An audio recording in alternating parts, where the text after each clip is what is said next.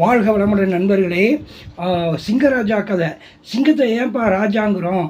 சிங்கம் ஏதாவது எலெக்ஷனில் நின்னதா, இல்லை ஏதாவது மிலிட்ரி ஃபோர்ஸ் வச்சுருக்குதா? ஏன் ராஜான்னு சொல்கிறோம்? சிங்கம் வந்து ஒரு ஆடோ மாடோ ஒன்று அடித்து போட்டு திருப்தியாக சாப்பிட்டு, ஒரு நீர்நிலைகள் பக்கத்தில் வச்சு சாப்பிடுங்க. ஹஸ்பண்ட் அண்ட் ஒய்ஃபு, அதில் சில்ட்ரன்ஸ் எல்லாம் இருப்பாங்க. எல்லோரும் சாப்பிட்டு பேசாமல் படுத்திருப்பாங்க.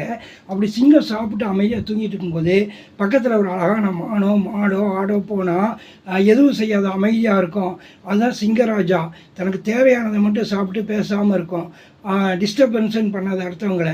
ஆனால் பசியோடு இருக்கும்போது எந்திரிச்சுன்னு ஏா அப்படின்னு ஒரு சவுண்டு விடும். அப்போ எல்லா மிருகங்களும் பயந்து ஓடும். ராஜா ரொம்ப கோபத்தில் இருக்கார், பசியோடு இருக்காருன்னு சொல்லி. அது தேவையானதை மட்டும் எடுத்துகிட்டு மற்றவங்கள டிஸ்டர்ப் பண்ணாது. அதுதான் சிங்கராஜா. அது மாதிரி புளிய சிங்கம் மற்ற மிருகங்கள் எதையும் வதைக்காது. அவர் டீசெண்டானது, ஜென்டில்மேன். அதனால தான் சிங்கராஜானாங்க. அது மாதிரி நம்ம ஜென்டில்மேனாக வாழ்வோம்.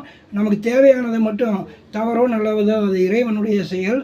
தவறாக இருந்தால் அது திருத்திக்குவோம் நண்பர்களே. நம்மளை மக்கள்மாங்க, அஞ்சறிவு படைத்த மிருகங்களை மாக்கள்மாங்க. இது மக்களாட்சி, அது மாக்களாட்சி. அதனால் அது அஞ்சறிவு தான் இருக்கும். அது அசைவம் சாப்பிட்றது தவறு, அது மிருகத்தை கொள்வது தவறுன்ற பகுத்தறிவு கிடையாது. அதுக்கு இறைவன் இயற்கையில் படைச்சது. இருந்தாலும் அது ஜென்டில்மேனாக டீசெண்டாக நடக்குது. ஒரு இறை கிடச்சா போதும், வயிற்று பசிக்கு சாப்பிட்டு பேசாமல் இருக்குது, தேவையில்லாமல் அடையாது. ஆனால் நாயை எல்லாரும் கல்லை விட்டு எறிகிறோம். அது எப்போ பார்த்தாலும் சோறு சோறு சோறுன்னு அடுத்தவங்களை நத்திக்கிட்டே இருக்கும். அந்த மாதிரி இருக்கக்கூடாது நண்பர்களே. நம்ம சிங்கக்குட்டிகளா சிங்கராஜாவாக இருப்போம். சிங்கத்தினுடைய கதையை தெரிந்து கொள்வோம். சிங்கம் இஸ் எ ஜென்டில்மேன்.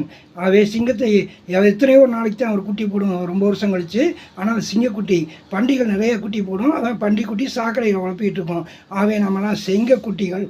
சிங்கத்தை போல் ஷார்ப்பாக இருக்கும், கூர்மையாக இருப்போம். நம்மளாம் ஜென்டில்மேன், சிங்கக்குட்டிகள், சிங்கராஜா நம்மளாம் நண்பர்களே. ஜெயஹிந்த்.